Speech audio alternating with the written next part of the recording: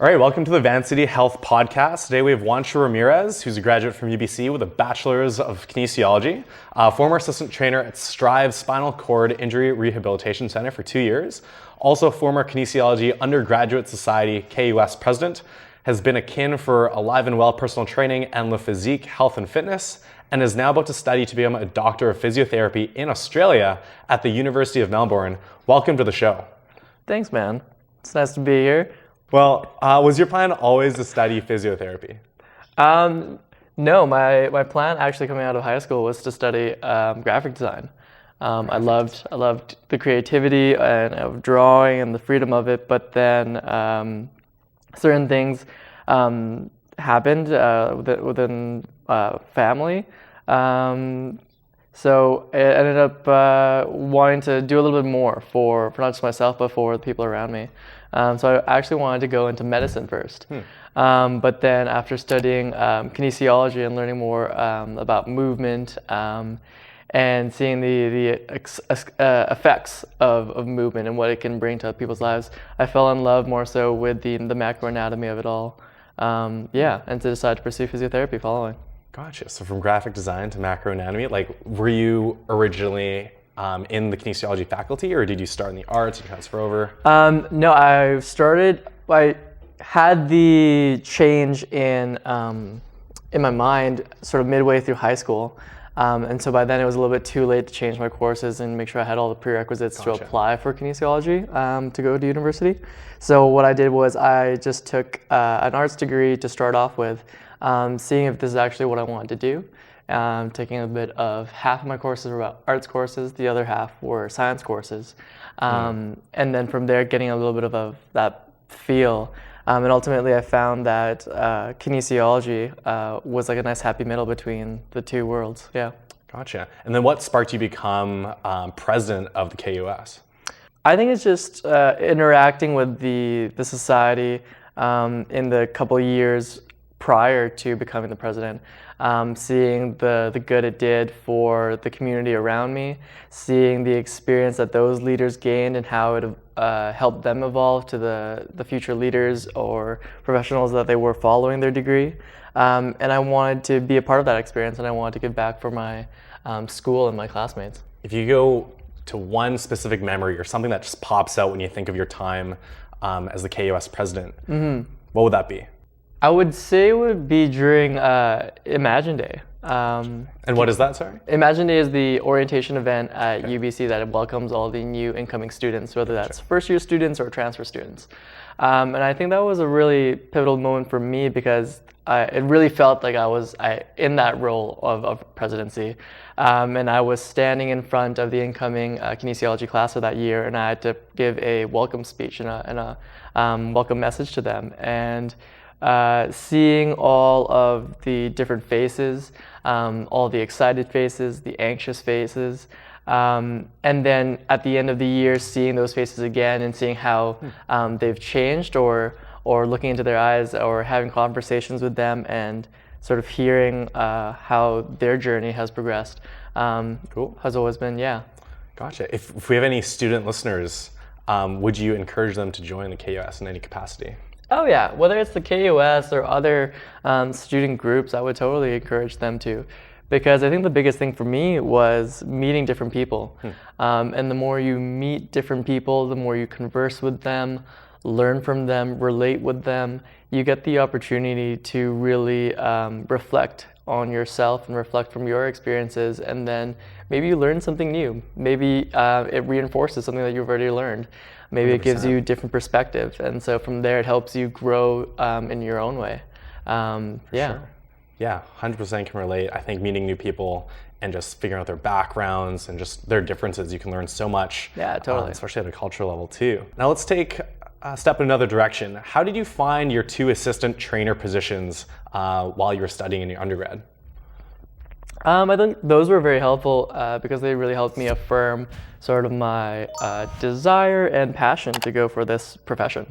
I would say that it really opened the door to giving me those little foundational steps on how to work on interacting with a client or how to approach applying what I've learned in school Right. into practice while I'm in a clinical environment. Right. So I think those were definitely pivotal, and I had really amazing mentors at each of those locations while I was volunteering, who were really willing to take the time outside of those volunteer hours to make sure that I was learning, make sure all my questions were answered, and making sure that my time was being used to the most optimal way. How did you specifically find those positions? So how did you research to get into like Le Physique? Right. Yeah. Well, for the volunteer positions while I was in my undergrad, those are things that I just found, Googling online, surfing the web, seeing if there were positions that I was first qualified for, and then after that, seeing if they were looking for a volunteer or looking for someone who they could take up under their wing. Now, what are those types of qualifications you'd want? Well, I think as a student, you actually have more options and opportunities available to you. So being a student in general already is a really good qualification, because I feel that a lot of managers or owners of a company get the opportunity to work with a young individual or an older student individual who is just in a position of wanting to learn, wanting to gain information, wanting to gain experience. And I think there's a greater desire when that's sort of the motivation, rather than individuals who come in who are just maybe looking for a quick buck as they go through.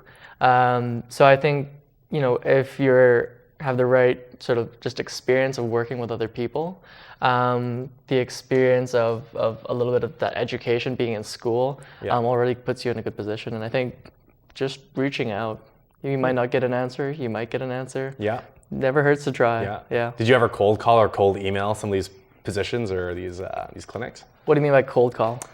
Just pick up the phone. Hey, do you need a volunteer or an assistant? Well, yeah, that's definitely how you have to reach out. But I mean, it wasn't just like a general email, blind CC, all these different. I tried to make sure that each one was really personal. I tried to really think like, is this sort of volunteer position what I'm looking to learn and really enjoy doing? Because definitely you're not doing yourself any justice if you're just blindly finding things or positions and taking it up just at the whim or just for the sake of it. Right. Yeah. Cool. And in hindsight, was there a position that you wish you applied for, or a position that you wish you did before you finished your undergrad? What I didn't do a whole lot of was involve myself in a lot of the research aspect of the degree. I wish I had done a little bit more of that, because I think it would have exposed me to more of the process on how we receive the information, or how information is disseminated and qualified? No, not qualified. How it's certified, and how it reaches to the levels of practice prior to being applied to a client, I guess. So yeah, I think that would have been great. Taking a step back to your time as assistant trainer for those two positions, what hands-on skills did you learn there that were really invaluable as a kinesiology undergrad? So whether it was my time as an assistant trainer at Strive or in the Healthy Heart Gym, or as a kinesiologist working at Alive and Well or at Le Physique, things that I really learned was mostly just body language and finding the right words. I think definitely when you come off from school, for me at least, there was a little bit of this confidence, slight arrogance maybe, of just, I know this, like this is what I've learned. I've spent like the past 4 or 5 years, getting all this information. I'm ready to go. I've had this experience. But I think making sure that you go through those right steps, and when you interact with your first client, definitely you step into this zone and everything just flows. But at the beginning, it's challenging, because you have to find those little quirks and mistakes that you go through, and they're natural progressional steps, I'd say. But once you do, things just become more natural. And for me, I'm definitely someone who learns best either visually or by doing things. And as I went through those experiences, interacted with more people, went through the process of teaching someone how to do maybe a squat, or explaining to someone what the importance of making sure their shoulders are set when they're going through movement, or that they're being mindful of which muscles they're using and they're not just moving for the sake of moving. I think in time, all those words and how I positioned myself and my body language to help support them came. So yeah. Now you can stick to your time at UBC for a little bit. What did UBC offer to its kin or health science students to help them work specifically in this field? Aside from like the different courses, UBC has the co-op program. Yeah. UBC also has different programs like Bodyworks or the Active Kids programs. Right. And UBC is continuing to just grow in finding different ways for students to gain that experience. So whether it's within a clinic itself, in a physiotherapy clinic, or inside a gym, UBC also offers different opportunities, just like coaching, being in camps with kids. Cool. Or being like a group leader or orientation leader. I think those are, maybe it's not easy to see the direct line on how that experience can translate in a clinical setting and how it can help you. But I think it can definitely shows you a little bit more about how to interact with different people. And really, when you're in a healthcare-based system, I think that's the most important thing. How do you interact with a human being? For sure. I think when I ever go into a clinic, something that always stands out to me is how, not only how good is this practitioner with what they do, but like how good are they just person? Like what are their personal skills like? And it really seems like UBC does a really great job at offering all these opportunities to really build those interpersonal skills, these soft skills that a lot of people take for granted. Yeah, I think definitely in terms of like customer service or your relations and rapport that you build with that client or patient makes a huge difference in how their healthcare is received. Right. Because even if you just think of it from a psychological standpoint, if two different practitioners, give exactly the same sort of treatment, but just delivered it in a very kind and gentle way, or a very abrupt or forceful and angry way, I'm sure one will feel a little bit better about their experience than the other, and could possibly affect how they feel after that treatment following. So yeah, I'm a big advocate for making sure that customer service and human relationships are held at the highest priority. Amazing.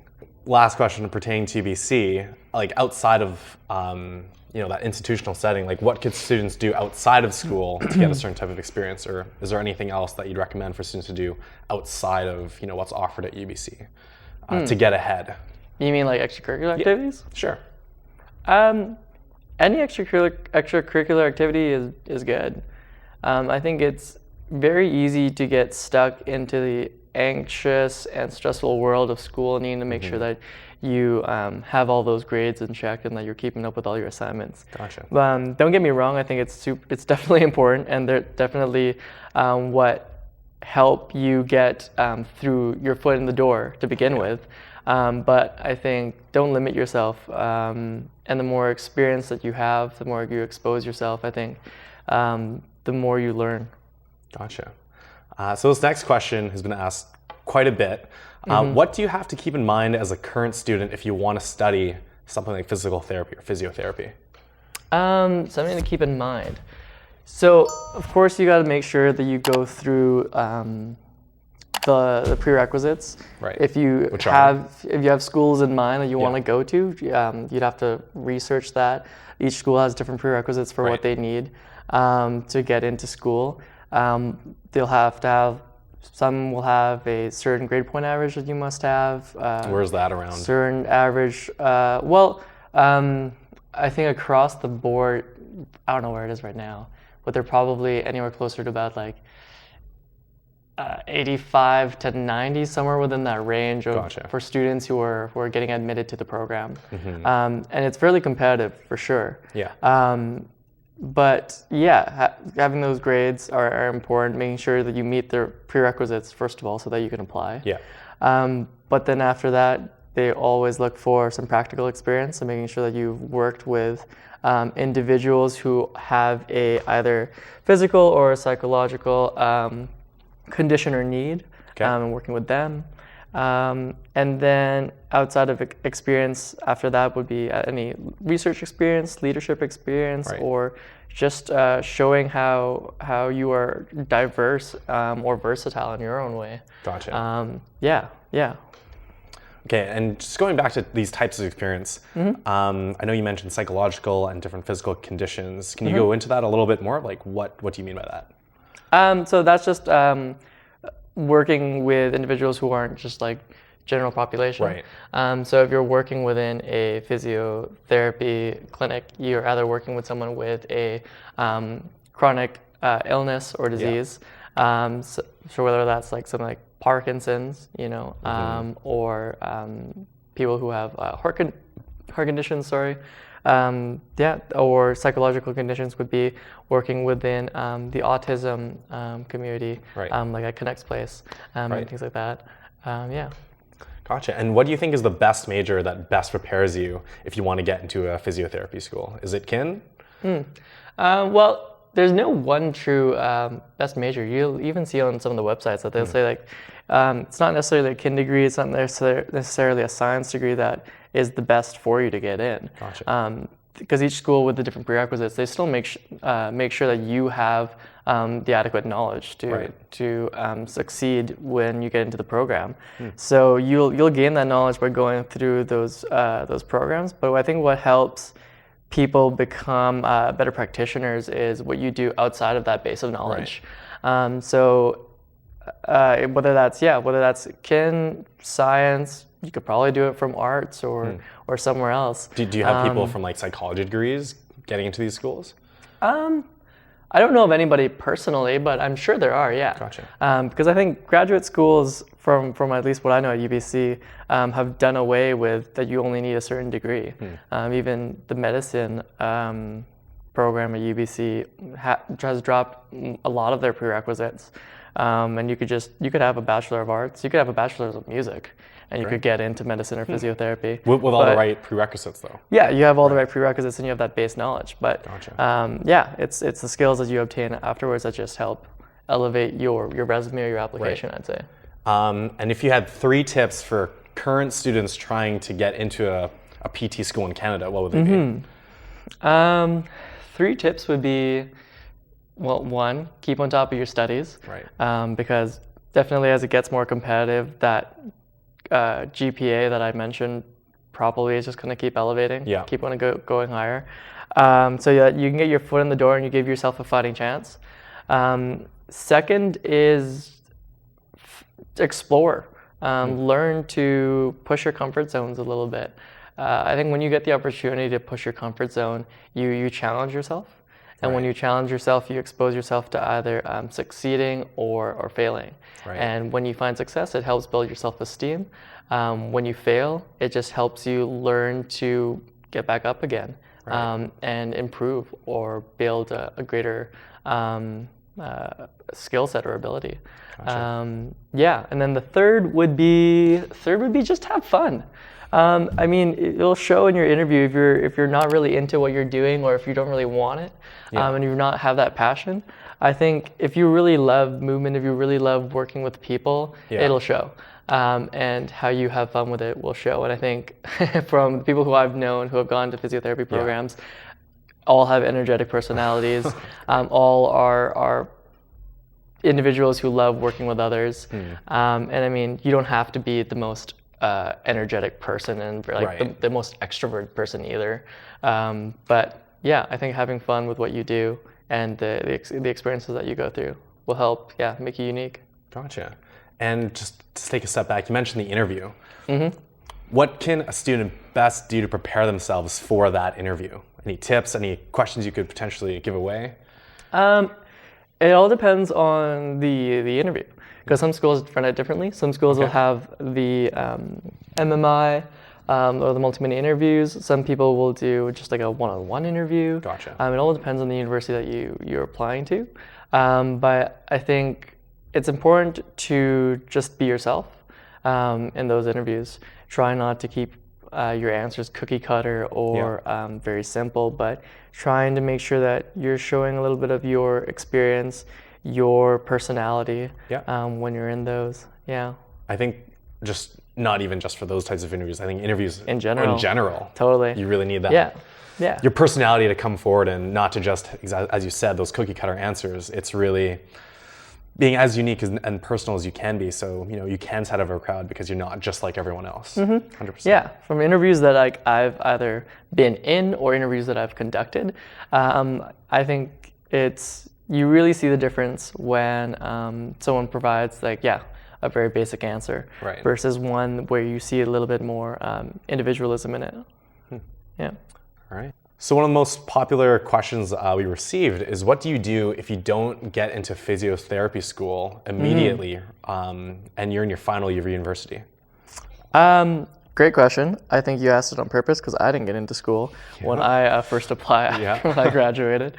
But it's a challenging thing to experience because of course you want to get in. Right. Of course you don't want to hit those roadblocks or those failures.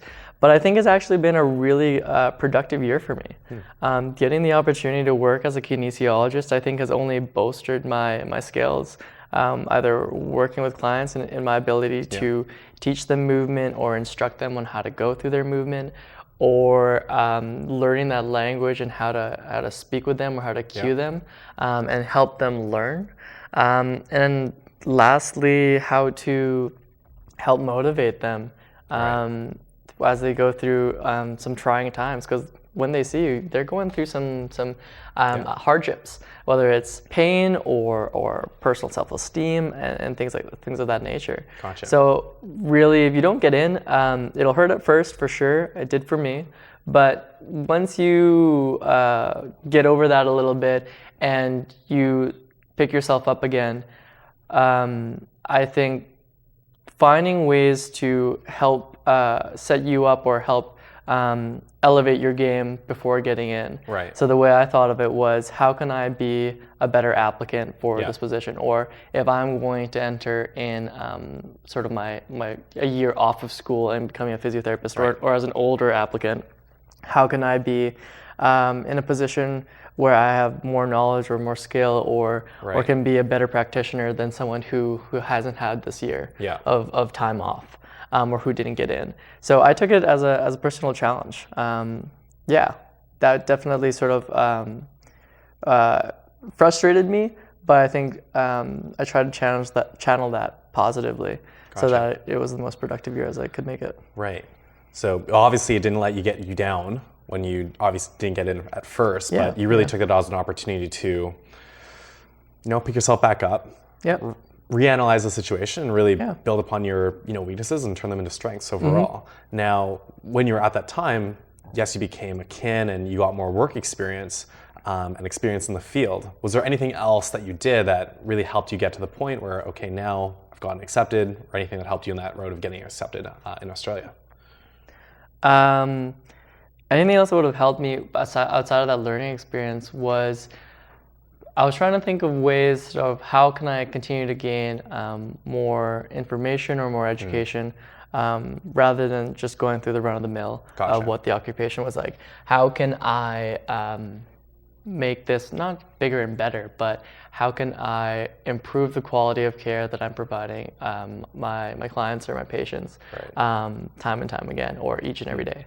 And I think keeping them top of mind really helped elevate sort of my experience, because from there, when I was reading either a research article or learning different things from a workshop or two, it wasn't just like a case study in mind. It wasn't just a illness or pain or injury in mind. It was people, it was faces that I could see. And those were the people who helped me want to learn more, because I wanted to help them fight through their pain or what they were going through. And it became a little more personal after that. Really interesting. Yeah. any websites like also gave you really good guidance on what your other options might be or anything else? Any maybe people that you were Options consulting in with? terms of like what to do afterwards? What to do after? Like Yeah. you're at the end of your undergrad, you thought everything's in this linear path, but Yeah. obviously there's some deviation to it, and you have to take another route to get to your end goal. Yeah. One of the first people who I spoke to after I found out I didn't get in was one of my references, Dr. Paul Kennedy at UBC Kinesiology. And we had developed a relationship from being one of his students in his class, as well as working with him with the Kinesiology Undergraduate Society, or the KUS. And him being a professor and writing multiple references for multiple students who applied to multiple graduate schools, I think he gave me very helpful advice in how he's had other students who didn't get in the first time, and if you really want it, you'll continue to apply. Right. And if it's meant to be, you'll get in. Right. And if it's what you want, you'll find those different avenues to make it come to light. Just like you.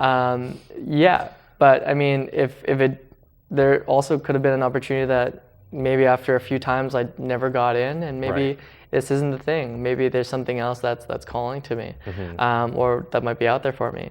And so I think just getting helpful sort of words of advice and reinforcement from him were helpful.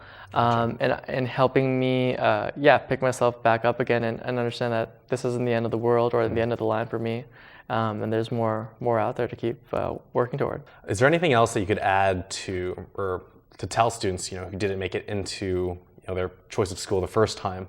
Anything else that you could do, like retake classes, maybe shadow a PT? Do you think those could help too, or maybe not? Well, it depends.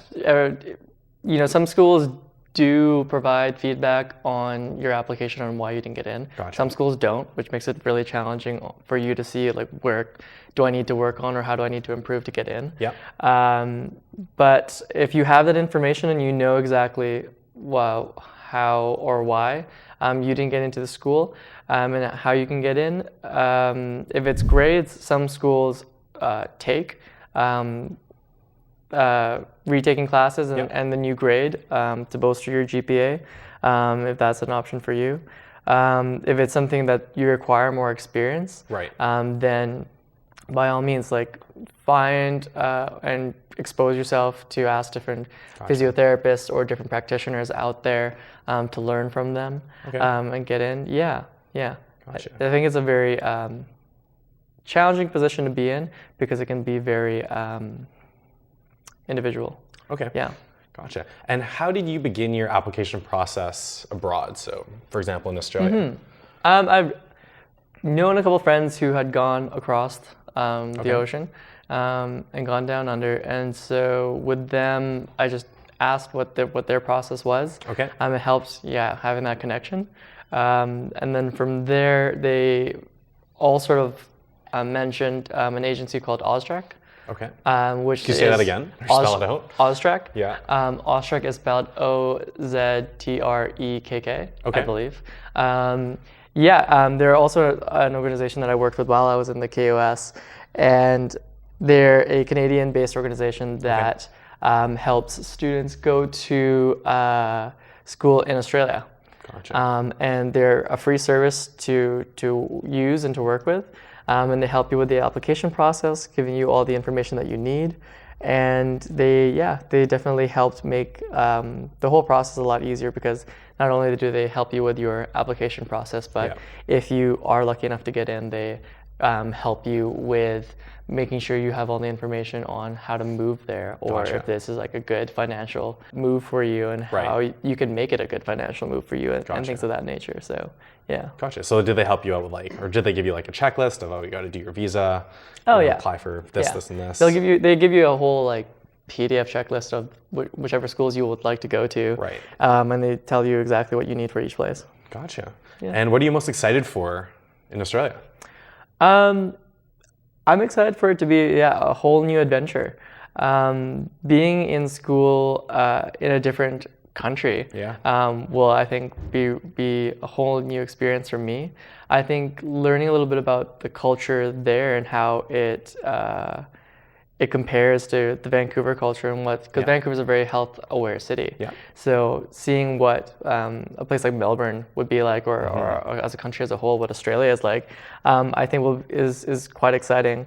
And Melbourne's one of the sort of leading universities that really hit the forefront of research on anatomy and physiology, or on new techniques within the physiotherapy field. Gotcha. So I'm excited to learn as much as I can, and yeah.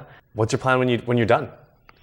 The plan for when I'm done, it's a little bit open book right now. Cool. It's just a little bit skeleton work of, I'd love to come back to Vancouver. Sweet. So if I were to come back to Vancouver, I'd need to take the same board exam that physiotherapists would need to take if they went to school here in Canada, the written and the practical. If I enjoy my experience there in Australia, maybe I stay in Australia and I work.